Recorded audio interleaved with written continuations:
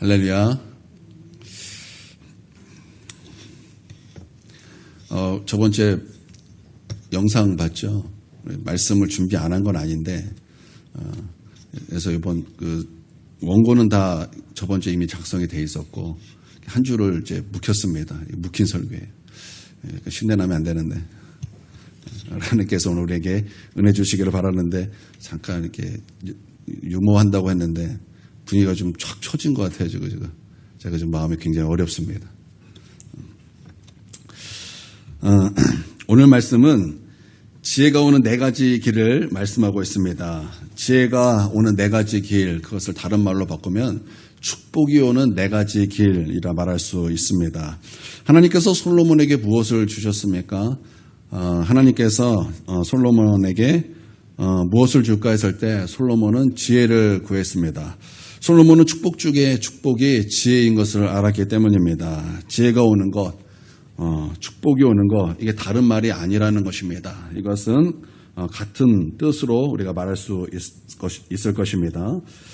1, 2절에 보면 축복이 오는 길, 첫 번째는 말씀을 붙잡는 길이다 말씀하고 있습니다. 말씀을 잊어버리지 말라라는 거예요. 말씀을 지키라는 것입니다. 신명기에서는 이것을 분명하게 말씀하고 있는데요. 누가 축복을 받는가? 하나님의 말씀에 순종하는 자가 하나님의 복을 받는다. 누가 저주를 받는가?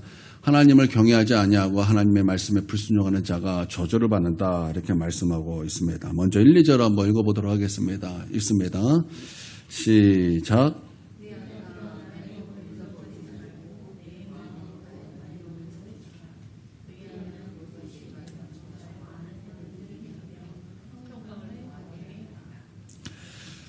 내 아들아 나의 법을 잊어버리지 말라. 여기서 나의 법은 토라입니다. 여러분 토라가 무엇입니까? 토라는 첫 번째는 창세기부터 신명기까지를 토라 이렇게 말을 해요. 그러니까 창세기부터 신명기까지를 말씀하는 것은 또 분명한 것입니다. 말씀을 지키라는 거예요. 말씀을 마음에 두라는 거예요. 말씀을 지켜서 행하라라는 것입니다. 그러면 여러분 그는 어떤 사람이 된다고요? 복 있는 사람이 된다 이렇게 말씀하고 있는 것입니다. 하나님께서 아브라함에게 너의 사랑하는 자녀 이삭을 바치라고 말씀하셨을 때 아브라함은 망설임 없이 하나님께 이삭을 바치고 순종하였습니다. 그러므로 하나님께서 이제야 너가 나를 경외하는지 알았다 이렇게 말씀하시고 아브라함에게 여호와 이레를 계시해 주셨습니다. 순종하기 전에는 보이지 않았어요. 순종하기 전에는 보이지 않았던 것이 순종하니까 바로 그 옆에 무엇이 있었는지 알게 되었습니까?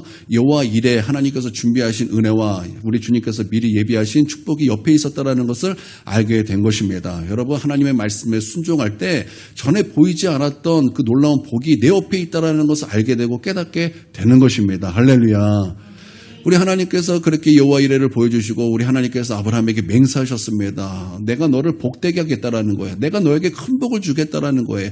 내 자녀가 내 씨가 대적의 문을 취할 것이고 내 자녀로 말미암아 천하 만민이 복을 받게 될 것이다.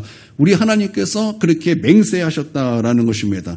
여러분 분명히 기억하십시오. 성경은 좌로나 우로나 치우치지 않고 분명히 우리에게 말씀하는 것입니다. 하나님을 경외하고 하나님의 말씀에 순종하는 자에게 하나님께서 복 내려 주신다.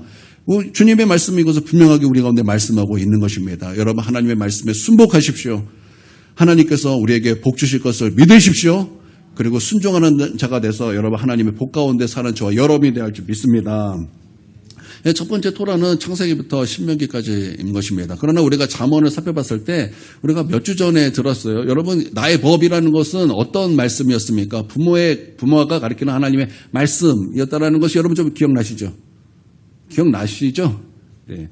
토라라는 것은 이제 두 번째는 이제 우리 부모님이 가르쳐 주신 그 하나님의 말씀인 것입니다. 성경은 부모에게 이렇게 분명히 말씀하고 있습니다. 너의 자녀를 하나님의 말씀으로 가르치라. 그러니까 부모는 부지런히 무엇해야 된다고 말씀하고 있는 거예요? 하나님의 말씀을 가르쳐야 된다고 말씀하고 있습니다. 여러분 신명기 6장에는요 너무나 유명한 말씀인데 이스라엘 쉐마 이런 말씀이 있습니다. 그래서 쉐마 본문이라 그러죠. 이스라엘아 들어라. 그러면서 주 너희 하나님은 유일하신 여호와시니 그러면서 쭉 이렇게 말씀하고 있습니다. 그러면서 무엇을 말씀하고 있냐면 자녀들에게 무엇을 가르쳐야 되는지를 말씀하고 있는데 첫 번째는 하나님을 사랑하는 것을 가르치라 이렇게 말씀하고 있어요.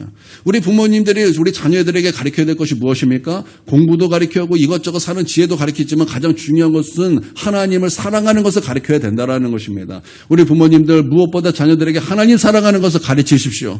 하나님 사랑하는 것을 보여주십시오. 사랑하기 때문에 주의 말씀에 순종하는 것을 보여주셔야 됩니다. 그렇게 자녀들을 가르쳐야 되는 거예요. 여러분 무엇보다 우리 자녀들에게 하나님 사랑하는 것 가르쳐줘야 될지 믿습니다. 마음을 다해서 뜻을 다해서 하나님 사랑하는 것 가르쳐야 된다고 하나님께서 분명히 말씀하고 있습니다. 그래서 신명기 6장 4절에서 5절에 보면 이스라엘아 들으라 우리 하나님 여호와는 오직 유일한 여호와시니 너는 마음을 다하고 뜻을 다하고 힘을 다하여 내 하나님 여호와를 사랑하라 이렇게 말씀하고 있습니다. 하나님을 마음을 다해 사랑하는 거 가르쳐야 된다는 것입니다. 뜻을 다해 사랑하는 거 가르쳐야 된다는 것입니다. 여러분 마음을 다해요. 여러분 그 마음을 다해 하나님을 사랑하라라는 것에는 어려움이 없습니다. 여러분 마음을 다해 하나님을 사랑해야 되는 것을 여러분 믿습니까? 우리는 이것에 대해서 어렵지 않게 이것을 받아들입니다. 그런데 뜻을 다하여 우리 하나님을 사랑하러 갈 때 여러분 우리는 그것에 조금 어려움을 느낍니다. 뜻을 다해 하나님을 사랑하라 이것이 무슨 말인가? 여러분 뜻을 다해 사랑하라는 것은요. 말씀을 다해 사랑하는 뜻이에요. 하나님 말씀을 다해 하나님을 사랑하라. 이렇게 말씀하고 있는 것입니다. 그럼 마태복음에서는 예수님께서 두 주인의 비유를 말씀하실 때 두 주인 섬길 수 없다 이렇게 말씀하셨어요. 두 주인의 그 비유의 핵심이 무엇이냐? 사랑입니다. 왜 두 주인 섬길 수 없냐? 그러면 한 주인을 섬기면 다른 주인은 경히 여기기 때문에 두 주인 섬길 수 없다라는 거예요. 그렇기 때문에 우리의 주인은 오직 한 분이 돼야 된다라는 것입니다. 우리 주인은 누구예요? 하나님 돼야 된다라는 것입니다. 그래서 그 하나님만을 사랑해야 된다. 이 핵심이 바로 두 주인의 비유다라는 것입니다. 그러므로 여러분 우리 하나님이 우리의 주인 되십니까? 그럼 우리는 하나님만 사랑해야 된다. 그것을 말씀하고 있는 것입니다. 여러분 선악과는요. 하나님의 주인됨을 믿는 것입니다. 하나님은 천지를 창조하신 창조의 주인이십니다. 여러분 믿습니까? 우리는 하나님께서 창조하신 피조물인 것입니다. 이것을 믿는 믿음이 선악과다라는 거예요. 제가 꽤 오래됐어요. 정가근 목사님의 책 7대 명절로 나타난 그리스도 이런 책을 볼 때 아주 재밌는 것을 이렇게 보게 되었습니다. 이제 그 책에서 이렇게 말을 해요. 선악과를 토해냈다라는 세 가지 표식이 있다라는 거예요. 이거 바꿔 말하면 우리 하나님이 나의 주인일 때 나타나는 세 가지 표시다라는 것입니다. 그래서 우리 주님이 하나님이 나의 주님일 때 내가 하나님이 되려고 했던 이 선악과를 다시 토해내는 그런 것이 세 가지가 있대요. 그렇기 때문에 여러분 하나님이 나의 주인이다 그러면 반드시 이 세 가지가 토해내어지고 이 세 가지가 분명히 나타나야 되는데 그 첫 번째가 무엇이냐? 주일성수다라는 거예요. 주일성수. 주일이 되면 무조건 자기 자리에 가야 있어야 되는 것입니다. 여러분 주일에 여러분의 자리는 어디입니까? 우리는 거룩한 하나님의 백성입니다. 우리 거룩한 하나님이 주일이면 어디에 있어야 되는 것입니까? 우리 아버지가 손을 번쩍 들었어요. 번쩍 들어가지고 우리 아버님 무슨 말 하고 싶었어요? 에? 빈자리? 뒷자리?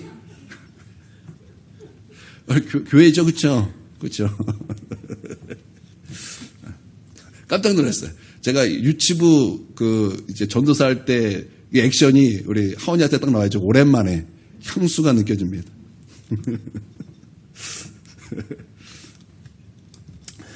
이 주일 성수가 왜 하나님의 뜻과 관계가 있냐면 주일에 내 뜻과 하나님의 뜻이 제일 많이 부딪히더라라는 거예요.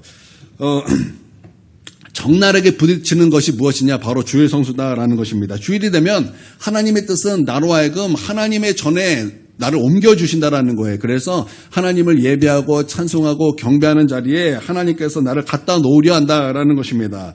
그런데 내 뜻은 이래요. 결혼식 가야지. 내 뜻은 등산 가야지. 낚시 가야지. 놀러 가야지. 그런다라는 것입니다. 이렇게 두 뜻이 딱 부딪힐 때 우리는 갈등하게 되는 것입니다. 이때 선악과를 토하지 못한 사람은 자신의 지정의를 내려놓지 못하고 교회는 다음에 가도 되지. 등산 가는 거, 또 놀러 가는 거, 친구들과 모이고 가족들과 모이는 거 이때밖에 없는데 하나님 용서해 주세요. 그리고 놀러 간다라는 것입니다. 그런데 이 책에서 이렇게 말하고 있어요. 그런데 이것을 아셔야 합니다. 그러면 그럴수록 여러분의 광야는 더 길어집니다. 사랑한다라는 것은 무조건 내 뜻을 쳐서 복종시켜 하나님의 말씀에 순복하는 것입니다. 천국 갈 때까지 주일 성수 빠지지 않고 교회에 나오시기를 바랍니다. 제가 이 말씀, 이 부분을 읽을 때 굉장히 은혜를 받았습니다. 아, 그렇구나. 우리 하나님을 주님으로 영접하고 그러므로 내가 하나님을 사랑하게 될 때 바로 이런 것들이 내 안에서 토해내게 되는 거구나. 여러분, 어떻게 은혜가 되지 않습니까? 여러분, 은혜가 되지 않습니까? 내가 하나님을 나의 주님으로 영접하게 될 때 내 안에 있던 선악과를 토해내게 된다라는 거예요. 첫 번째가 주의 성수다라는 거예요. 여러분, 이렇게 나의 뜻, 그리고 모든 것이 하나님 앞에, 반납하시기를, 나의 뜻을 하나님께 반납하실 수 있는 저와 여러분이 되기를 주님의 이름으로 축원드립니다. 두 번째가 11조다라는 거예요. 11조에서 하나님의 뜻과 내 뜻은 정면 충돌합니다. 온전한 11조 하는 거 그 쉬운 일 아니에요. 그래서 처음에 교회에 나온 사람이 제일 시험 드는 것이 뭐냐? 이 11조 부분입니다. 제가 친구들을 전도했습니다. 전도해서 이제 교회에 나와서 이제 쭉 교회에 다니게 됐는데 한 친구는 정말 바르게 신앙생활을 잘하는데 한 친구는 그 바른 믿음에 대해서 온전히 들어가지 못해요. 그러다 이렇게 신앙생활을 그래도 계속 합니다. 하는데 이 11조 문제에 대해서 저랑 이렇게 옥신각신하는 적이 있었어요. 11조는 반드시 해야 된다. 이것은 하나님의 것이다. 그렇지만 11조는 못하겠다라는 거. 왜 못하겠냐? 그래서 차라리 이 돈이면은 차라리 그냥 어려운 애 내가 한 끼 사주는 게 낫고 좀 어려운 사람 내가 좀 도와주는 게 낫지. 11조는 나는 못하겠다. 이런 얘기를 해요. 그래서 내가 이렇게 말을 했습니다. 야, 너가 진짜 하나님의 계심을 믿는다면 야, 너 11조 하겠지? 그래서 제가 이렇게 말했더니 한참 생각하더니 그럴 것 같아. 그러니까 나는 하나님을 믿지 못하기 때문에 11조를 못한다. 이런 뜻이었어요. 그러니까 11조, 이게 온전한 11조 하는 거, 이거 참 어렵다라는 거예요. 쉽지 않아요. 그래서 여러분 제 말 듣고, 11조는 쉬운 것이 아니니까 지금 나 11조 잘 못하고 있는데 좀 못해도 좀 위로가 되는구나. 여러분 그러시면 안 됩니다.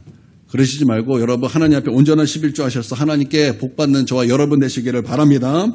여러분 우리가 어려움을 느낄수록 우리는 결단해야 되는 거예요. 내가 이 어려움 느끼면 안 되지. 하나님의 것을 마땅히 하나님께 드려야 되지. 그리고 여러분 하나님께 드릴 수 있어야 하는 것입니다. 100% 내가 쓰는 것보다 11조 한 후 90%, 그 90%가 100%를 능가한다는 것을 여러분 믿으십시오. 여러분 11조함으로 말미암아 내게 남은 것은 90%예요. 근데 우리가 헌금을 할 때 10%만 합니까? 어떤 분은 20%예요. 어떤 분은 30%예요. 또 10% 할 때 여러분 10%만 딱 하는 거 아니죠. 감사헌금도 하고 성경금도 하고 여러 가지 각종 헌금하지 않습니까? 그러나 여러분 명심하십시오. 그렇게 하나님 앞에 헌금 드리며 하나님 앞에 나아갈 때 여러분 100% 내가 다 쓰는 사람보다 그 90%를 통해서 그 내가 삶에 그 돈을 사용할 때 그것보다 더 능가하는 하나님의 지혜가 부어진다라는 거예요. 여러분 이걸 믿으시길 바랍니다. 저는 이거 분명히 경험해요. 저는 분명히 경험합니다. 저는 아직까지 그것을 경험하고 있어요. 아직까지 경험해서 아직도 그게 신기해요. 어떻게 내 삶에 이렇게 하나님의 은혜가 부어지지? 어떻게 내 삶에 이렇게 날마다 부족함이 없는 그런 은혜가 내 삶에 이렇게 채워지지? 야, 이거는 정말 기적과 같다. 이것은 이스라엘 백성들이 광야에서 날마다 경험하는 만나를 경험하는 것 같다. 저는 정말 그런 삶을 살아요. 그냥 나는 없어요. 정말 없어요. 없는 가운데 하나님께서 줄 때마다 하나님께 10의 2조, 감사헌금 또 감동대로 하나님께 드립니다. 드리면 드릴수록 하나님께서 부어주시는 은혜는 너무나 놀라운 거예요. 그러면서 경험하는 거예요. 내가 드려서 90%로 사는 거, 그것이 100% 가지고 내가 사는 것보다 훨씬 더 위대하다. 훨씬 더 위대하다. 하나님께서 내 삶을 풍성케 하시고 기름진 것으로 먹이는 것에 더욱더 충만하다. 저는요, 저번 주도 그것을 경험했어요. 저번 주도 그것을 경험했어요. 저는요, 10년 전에도 경험했고요. 지금도 경험하고 있는 거예요. 여러분, 믿으십시오. 하나님을 믿으십시오. 하나님께서 여러분을 책임지실 것입니다.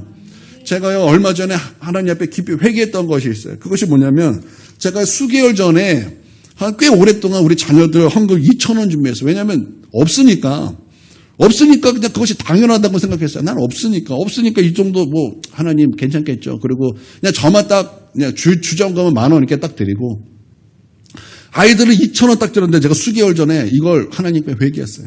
회개하고 나서 하나님 세상에 누가 사람한테 감사하다고 2,000원 주면 그것을 고마울 사람이 누가 있겠습니까? 내가 하나님 앞에 사람에게도 하지 않은 짓을 내가 하나님 앞에 합니다. 세상에 이 말도 안 되는 짓을 내가 하고 있었습니다. 하나님 용서해 주십시오. 그러면서 없는 가운데 다 그냥 하나님께 다 쪼개서 우리 자녀들 다 10,000원씩 해주고 저 10,000원, 우리 애들 10,000원 이렇게 다 해서 이렇게 매주 준비해 이렇게 하는 거예요. 그랬더니 너무나 감사한 거예요.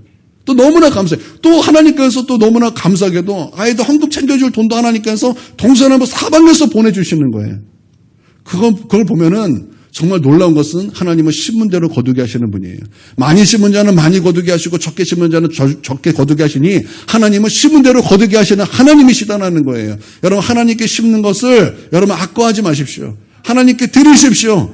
여러분 돈만큼 나의 뜻과 하나님의 뜻이 부딪히는 것이 없어요. 그것만큼 정력 충돌하는 것이 없다라는 거예요. 그러나 선악과를 토해내고 뱉어낸 사람은 나의 뜻을 하나님께 반답한 사람들입니다. 그래서 여러분 하나님이 나의 주님임을 믿는 사람에게는 반드시 이 11조의 믿음이 드러나게 된다라는 거예요. 여러분 그러므로 여러분 이렇게 하나님 앞에 순종하여 복을 다 받는 저와 여러분이 되어야 할 줄 믿습니다. 믿음의 문제라는 거예요. 이것은 믿음의 문제예요. 나는 이 믿음의 문제에서 여러분 승리하여 나의 뜻과 또 나의 의지와 나의 모든 견해가 여러분 하나님께 반납되어지기를 주님의 이름으로 축원드립니다. 세 번째는 주의 종의 견해 안으로 들어가야 된다라는 거예요. 그러니까 주의 종의 권위 안에 들어가야 되고 주의 종의 견해 안으로 들어가야 된다라는 거예요. 여러분 우리 교회가 전도해서 온 사람은 사실 몇 명 되지 않아요. 우리 교회가 전도해서 온 사람은 누구가 있죠? 이수빈 집사 있고 그 가정 외에는 다 외부에서 왔어요. 그렇죠? 아닌가요? 우리 교회는 전부 다 그렇게 왔던 것 같아요. 전도는 안 한 건 아니에요. 했는데 우리가 오라 그래서 온 가정은 김영지 권사님 집밖에 없었어요. 그리고 나머지는 다 외부에서 왔습니다. 그 외부에서 오니까 아무래도 각 교회에서 배웠던 것이 있고 각 교회에서 주장하는 것, 각 교회에서 중요하게 여기는 것들을 다 습득하고 다 왔습니다. 그렇게 신앙생활 우리 같이 함께 하는데 우리가 여기서 해야 될 것이 무엇이냐? 각 교회에서 다 중요하게 배운 것을 왔다 할지라도 이 큰은혜 교회 하나님께서 부어주시는 권위 안에 하나 돼야 된다는 거예요. 그 견해 안에 하나 돼야 된다는 것입니다. 여러분 믿습니까? 여러분 그렇게 해서 한 마음으로 우리가 예수 그리스도를 바라보며 신앙생활해야 된다는 거예요. 여러분 이게 왜 중요하냐? 내 뜻을 하나님께 반납했다라는 거예요. 내 의지를 하나님께 반납했다라는 거예요. 나의 견해도 역시 하나님께 반납했다라는 거예요. 제가 그 책에서 이 부분을 이렇게 세 가지 부분을 읽고 참 은혜를 받았습니다. 그래서 이것을 여러분에게 소개하면서 제가 이 은혜를 나누는 거예요. 여러분 은혜롭지 않습니까? 제가 굉장히 큰 은혜를 받았어요. 여러분 은혜가 되죠? 은혜가 되죠? 그렇다라는 거예요. 하나님을 사랑할 때는 이러한 특징 이 세 가지가 반드시 나타나게 된다는 것입니다. 이렇게 주님을 사랑할 때 이런 사랑하는 증거가 나타나게 되는 거예요. 요한복음 14장 21절에 보니까 예수님은 나의 계명을 지키는 자라야 나를 사랑하는 자니 이렇게 말하고 있어요. 누가 예수님을 사랑한다고 주님께서 말씀하고 있어요? 나의 계명을 지키는 자라야 나를 사랑하는 자니 나를 사랑하는 자는 내 아버지께 사랑을 받을 것이요. 내 아버지께 사랑을 받을 것이요. 나도 그를 사랑하여 그에게 나를 나타내리니 이렇게 말씀하고 있어요. 그러니까 예수님께서 말씀하신 모든 계명을 지키는 거 그거 아버지 사랑하는 것이고 그래서 그것이 예수님을 사랑하는 것이고 그래야 그것을 통해서 아버지가 우리를 사랑하시고 또 예수님도 우리를 사랑하셔서 예수님을 우리 가운데 나타내 주신다는 거예요. 할렐루야. 여러분 이렇게 주님을 사랑하고 사랑을 입은 자가 다 되시기를 주님의 이름으로 축원드립니다. 그러니까 주님을 사랑할 때 당연히 하나님의 사랑과 축복이 우리 가운데 부어지는 건 너무나 당연한 것이다라는 거예요. 여러분 우리가 부모가 우리 자녀에게 무엇을 가르쳐야 된다고요? 하나님을 사랑하는 것 가르쳐야 된다는 거예요. 마음을 다해 사랑하고 뜻을 다해 사랑하는 것을 가르쳐야 된다는 거예요. 당연히 내 마음으로 하나님을 사랑하는 것을 가르쳐야 되고 또 하나님의 말씀을 가지고 하나님을 사랑하는 것을 가르쳐야 된다는 것입니다. 우리 부모님들 우리 자녀들에게 여러분 이거 정말 중요하니 여러분 이거 반드시 가르쳐서 우리 자녀들을 복되게 하는 자녀 다 되게 하시기를 주님의 이름으로 축원드립니다. 또 부모가 무엇을 가르쳐야 되는가? 이 말씀을 마음에 새기고 자녀들에게 부지런히 가르칠 때 부지런히 하나님의 말씀을 자녀 가까이 두게 하라 주님께서 말씀하셨어요. 우리 신명기 6장 좀 찾아볼까요? 신명기 6장 6절에서 9절 말씀입니다.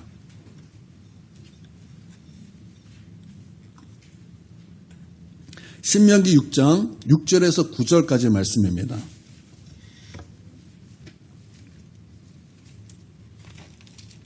찾으셨죠?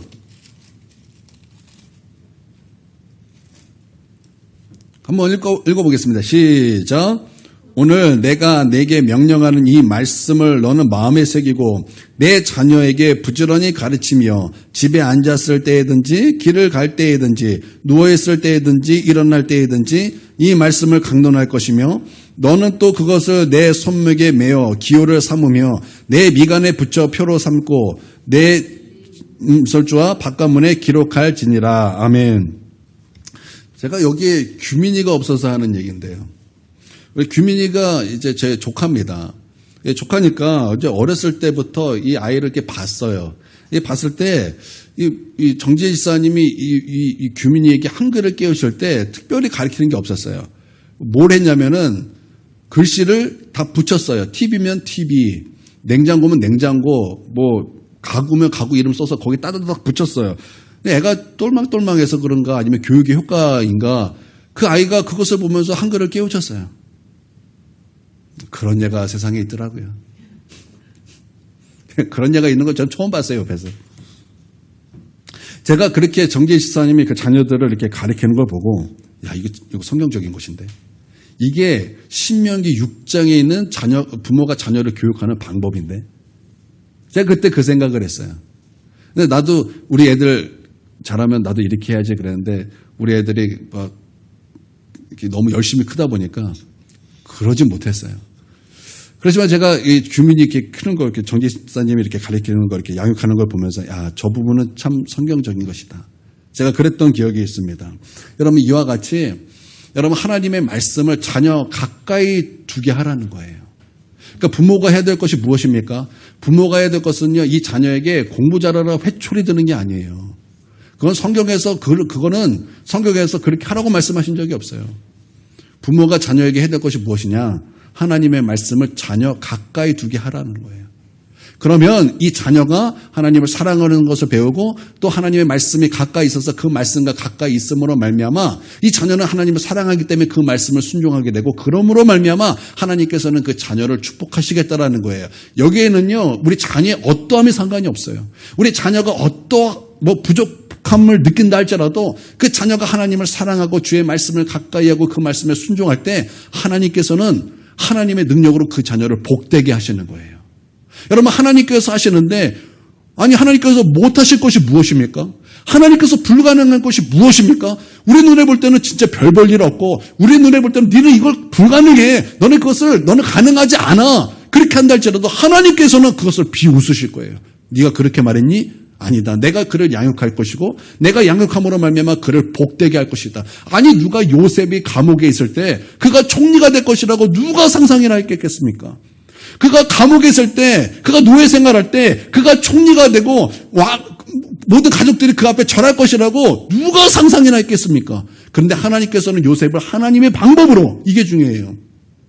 그가 공부해서 유학 가서 총리가 된 것이 아니에요. 하나님의 방법으로 하나님께서 그를 양육하셨고 그러므로 말미암아 때가 됐을 때 하나님께서 그를 높여주셨다라는 거예요.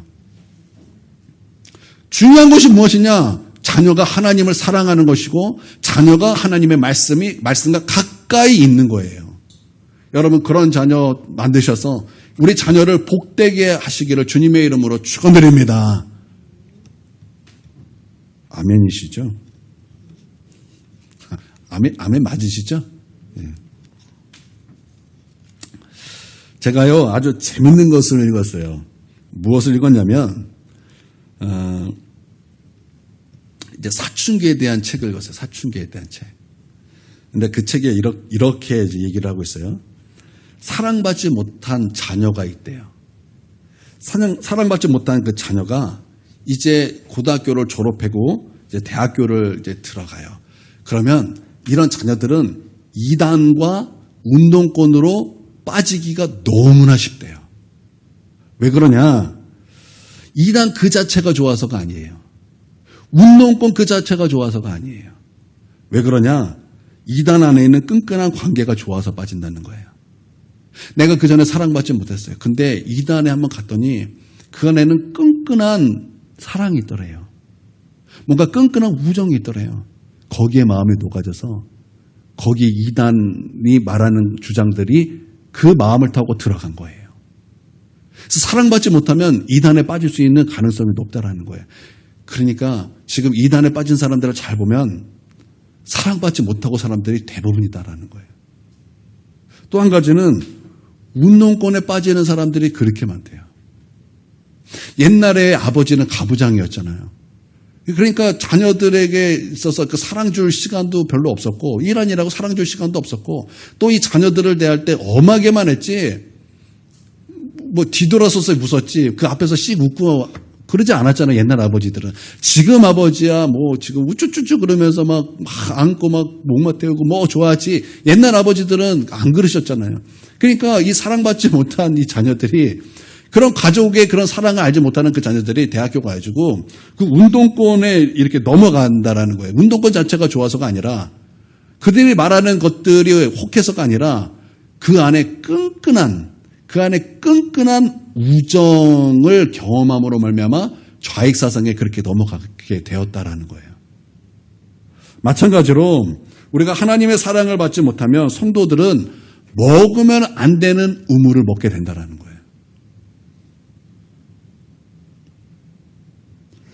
우리가 하나님의 사랑을 먹지 못하면 먹으면 안 되는 우물, 우리가 손대면 안 되는 죄악들, 그것으로 말미암아 우리는 우리의 갈증을 해결하려고 그런다라는 거예요. 그러니까 우리 성도들이 하나님의 사랑을 받는 것이 얼마나 중요하냐? 하나님의 사랑을 받아야만 먹으면 안 되는 그 우물로 가지 않는다라는 거예요.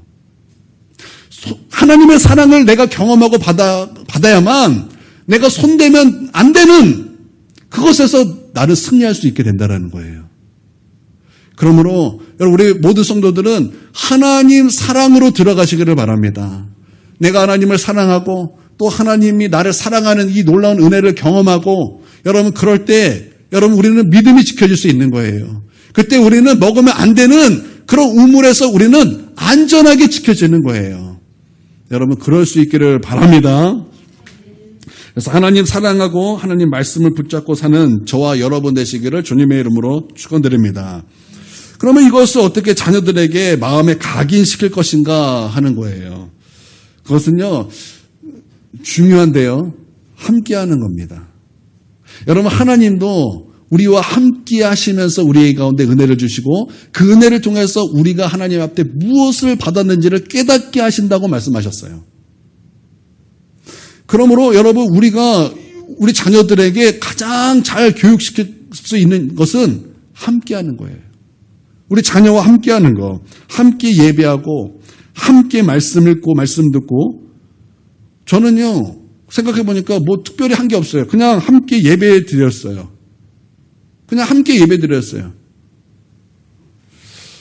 우리 자녀들에게도 이걸 가르쳤던 것 같아요. 위기가 올 때마다 문제가 올 때마다 우리 집 가훈이 이거였던 것 같아요. 예배 드리면 돼. 예배 드리면 돼. 그래가지고 아빠 아파, 엄마 아파 그러면 예배 드리면 나. 예배 드리면 나. 그 자녀들이 얼마나 순수합니까? 그것을 믿는 거예요. 믿어서 아빠 빨리 교회 가자. 빨리 예배 드리자. 그리고 실제로 그 믿음으로 예배 드리면 다 나았어요. 정말 다 나았다고요. 그래서 우리 아이들의 믿음에는 무엇이 있었냐면 예배 드리면 응답받아. 예배 드리면 우리의 병이 나. 이런 믿음이 있었어요. 그러니까 함께함을 통해서 우리 자녀들이 알게 되는 거예요. 보고 배우게 되는 거예요. 그것을 믿게 되는 거예요. 할렐루야. 그러니까 함께하는 것이 너무나 중요하다라는 것입니다. 여러분 함께 기도하십시오. 함께 예배하십시오. 함께 전도하고 여러분 특별히 함께 저는 이거 가정 예배 참 중요하다고 생각해요. 우리 교회가 이렇게 가정 예배를 중요하게 이렇게 말하지는 않는데 그렇다고 가정 예배가 중요하지 않은 것이 아니에요. 가정 예배 너무나 중요합니다. 이것을 통해서 우리 자녀들이 실질적으로 많이 배우기도 해요. 제가 곰곰이 생각해봤어요. 말씀을 준비하면서 우리가 집에 가정 예배들을 드렸던 적이 몇 번 있었거든요. 그때마다 우리 자녀들이 그 예배 드리기 전에는 그 마음이 산만해요. 그리고 그 마음이 아무래도 막 가시 같은 것이 뭐 있어요.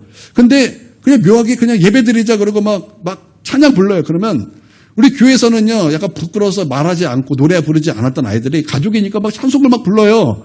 그래서 찬송을 부르다 뭐 틀리게 부르면 막 까까까까 웃으면서 막 그렇게 예배 드려요. 그러니까 예배 딱 드리고서 그러고 나서 이제 뭐 할머니 대표 기도하고 그러면 또 막 까까까까 막 웃다가 막 끝내. 근데 그게 아무것도 아닌 것 같은데 그렇게 예배 드리고 나서 우리 가정의 분위기가 달라져요. 그런 까칠하고 날카로움이 꺾이고 우리 가정에 뭐 부드러움이 막 부어지는 거예요. 아, 그렇구나. 함께하는 것이 이와 같이 중요하구나. 그래서 우리 말씀 들었으면 적용해야 되지 않겠습니까? 우리 내일은 교회 오지 마십시오. 내일은 중보기도 오지 마십시오. 가정에서 예배 드리십시오. 가정에서 예배 드리고 우리 카톡으로 올립시다. 혹시 시간 되시나요? 가정 예배 드릴 시간이 되시나요? 되시나요? 그러면 내일은 가정 예배로 드리도록 하겠습니다. 그래서 쉐마 본문 신명기 6장 말씀을 읽고 또 하나님께서 순종하는 자에게 복을 주시고 불순종하는 자에게 저주를 주신다는 그 말씀. 그러니까 신명기 사과는 굉장히 중요한 거예요. 신명기 28장을 읽겠습니다. 신명기 28장과 신명기 6장을 읽고 이렇게 그걸 말씀으로 하고 찬송하고 우리 대표로 기도하고 이렇게 가정 예배 한번 드려보도록 하겠습니다. 그래서 우리 부모님이 자녀들에게 하고 싶은 말 짧게 있으면 짧게 하고 우리가 그렇게 예배를 드리고 그것을 예전에 했죠. 우리 카톡에 한번 쭉 인증샷 어떠십니까? 어떠십니까? 그러고 나서 이 가족과 함께 예배 드렸더니 이런 장점이 있고 이런 것이 좋습니다. 라고 하신 분은 좀 이게 글을 좀 올려주시는 것도 좋을 것 같습니다. 여러분 어떠세요?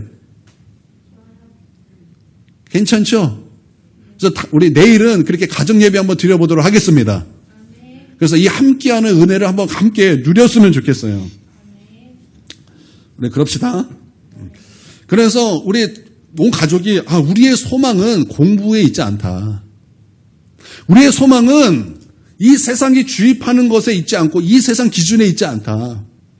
자꾸 악한 마귀가 우리에게 막 속삭이는 거예요. 그래서 우리가 믿음 따로 사는 것에 대해서 막 조급하게 느껴지게 하는 거예요. 배우는 하나님 내가 속았습니다. 우리의 소망은 그런 것이 아니고 하나님입니다. 하나님, 그래서 우리 자녀들로 하여금 또 우리 가족으로 하여금 우리의 소망이 하나님께 있음을 다시 한번 확인하고 다시 그 믿음 위에 굳게 설 수 있기를 주님의 이름으로 축원드립니다. 그래서 우리가 진짜 사랑해야 될 것이 누구인가? 내가 진짜 사랑해야 될 것은 세상이 아니라 내가 진짜 사랑해야 될 분은 오직 우리 하나님뿐이다. 여러분 이것을 우리 가정의 큰 가장 중요한 믿음으로 여길 수 있는 그런 은혜가 부어지기를 바랍니다. 그래서 자녀들로 그렇게 배우게 하십시오. 그래서 우리 자녀들이 복된 자녀가 되게 하시기를 바랍니다. 할렐루야. 이 2절을 보니까 그것이 내 장수의 비결이고 그것이 하나님의 평강이 부어지는 비결이다라는 거예요. 여러분 우리 장수 누가 그걸 싫어하겠습니까? 그걸 누가 싫어하겠습니까? 여러분 그 장수의 비결이 여기에 달려 있다라는 거예요. 주님 사랑하는 것, 그 말씀에 순복하는 것. 그래서 믿음으로 흔들리지 않게 되기를 바랍니다. 평강이 있대요. 평강이 부어진대요. 이 평강이 흔들리니까 자꾸 딴 것들이 들어오는 거예요. 절대 평강이 내 안에 있어야 되는데 이게 흔들리니까 자꾸 세상의 말에 귀를 기울이고 사람 말에 귀를 기울이고 어떤 것을 봤더니 그 말에 기울이고 또 어떤 생각이 귀가 기울여져서 흔들리고 여러분 우리가 하나님 말씀에 굳건히 서야 여러분 흔들리지 않는 평강이 부어지는 거예요. 할렐루야. 어느 목사님의 할아버지가 돌아가실 때 자기 아버지에게 유언을 하기를 너는 주의 종이 되어야 된다. 그렇게 유언을 하고 돌아가셨대요. 그런데 자신의 어머니는 절대 반대했대요. 그래가지고 그것 때문에 이 아버지가 굉장히 정말 어려웠다는 거예요. 방황을 많이 했다라는. 그래서 30대를 방황하는 시간으로 다 보냈대요. 그래서 그 아버지가 자기를 데리고 기도원에 가서 기도하는 그런 일들이 참 많이 있었고 그것을 많이 보았다라는 것입니다. 그런데 이제 자신에게도 하나님의 그 부르심이 왔다라는 거예요. 부르심이 왔을 때 그것에 대해서 고민하지 않았다라는 거예요. 왜 고민하지 않았냐? 내가 아버지를 봤더니 이렇게 흔들리고 방황하는 것이 너무나 고통스럽게 보였다라는 거예요. 그래서 자기는 그것에 흔들리지 않고 바로 그냥 아멘 했다라는 거예요. 아멘 했다라는 거예요. 그러고 나서 우리 한국교회에 정말 크게 쓰임받는 목사님이 되셨어요. 이분은 말만 하면 다 아는 목사님이에요. 여러분, 평강의 비결이 어디 있습니까? 우리 하나님 사랑하는 것과 그 말씀을 따라가는 거, 여러분 거기에 우리의 평강이 있다라는 거예요. 여러분 평강이 있어서 우리를 흔드는 그 어떤 것에도 흔들리지 않게 되기를 축원드립니다. 아멘. 두 번째는 인자와 진리가 우리에게서 떠나지 말게 해야 된다라는 거예요. 그때 축복이 우리 가운데 부어지게 된다라는 거예요. 여러분 인자와 진리는 무엇입니까? 인자와 진리가 무엇입니까? 이거 인자를 바꿔 말하면 은혜죠. 사랑이죠. 여러분 요한복음에 보면은 예수님을 말할 때 우리가 예수님을 보니 아버지의 독생자의 영광이요 은혜와 진리가 충만하더라 이렇게 말씀하고 있어요. 여러분 바꿔 말하면요 예수님을 떠나지 말게 하라는 거예요. 또 이 말 바꿔 말하면요 성령을 소멸하지 말라는 거예요. 여러분 우리가 데살로니가전서 5장 16절에서 18절 너무나 유명한 말씀이죠. 자 시작. 항상 기뻐하라 쉬지 말고 기도하라 범사에 감사하라 이는 그리스도 예수 안에서 너희를 향한 하나님의 뜻이니라. 이 말씀 너무나 유명하고 너무나 잘하기 때문에 여러분 데살로니가 5장 16절에서 18절 그러면 딱 그거 딱 생각나고 그거 말할 수 있습니다. 근데 이 말씀이 너무나 유명해서 앞뒤 말씀을 잘 몰라요. 앞뒤 말씀은 별로 이렇게 우리 관심이 없어요. 근데 이 말씀 바로 뒤에 무엇이 나오는지 아십니까?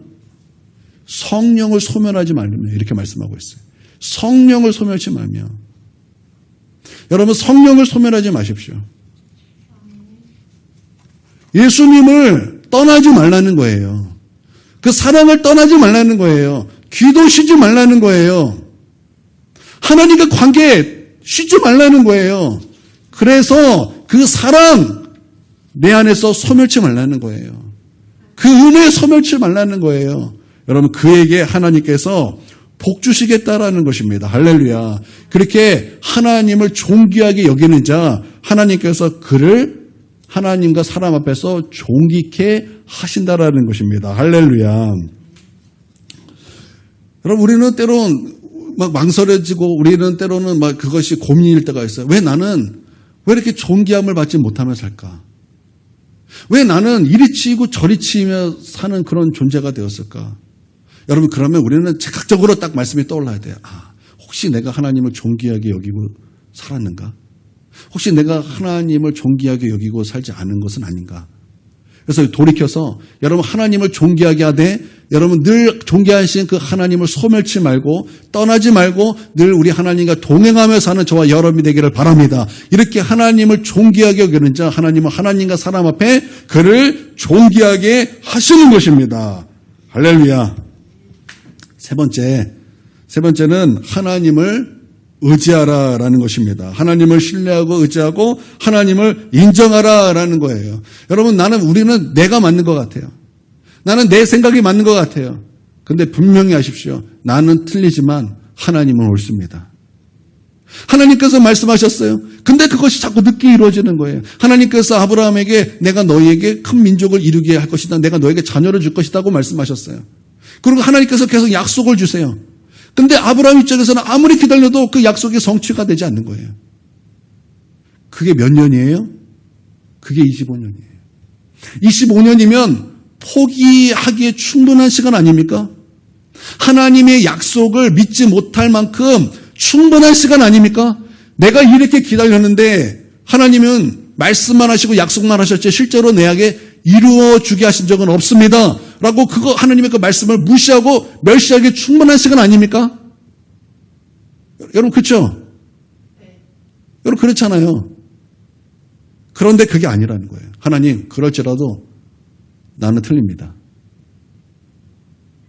나는 틀립니다. 하나님의 약속이 25년 걸린다 할지라도 하나님은 옳습니다. 내 감정과 내 생각이 틀린 것입니다.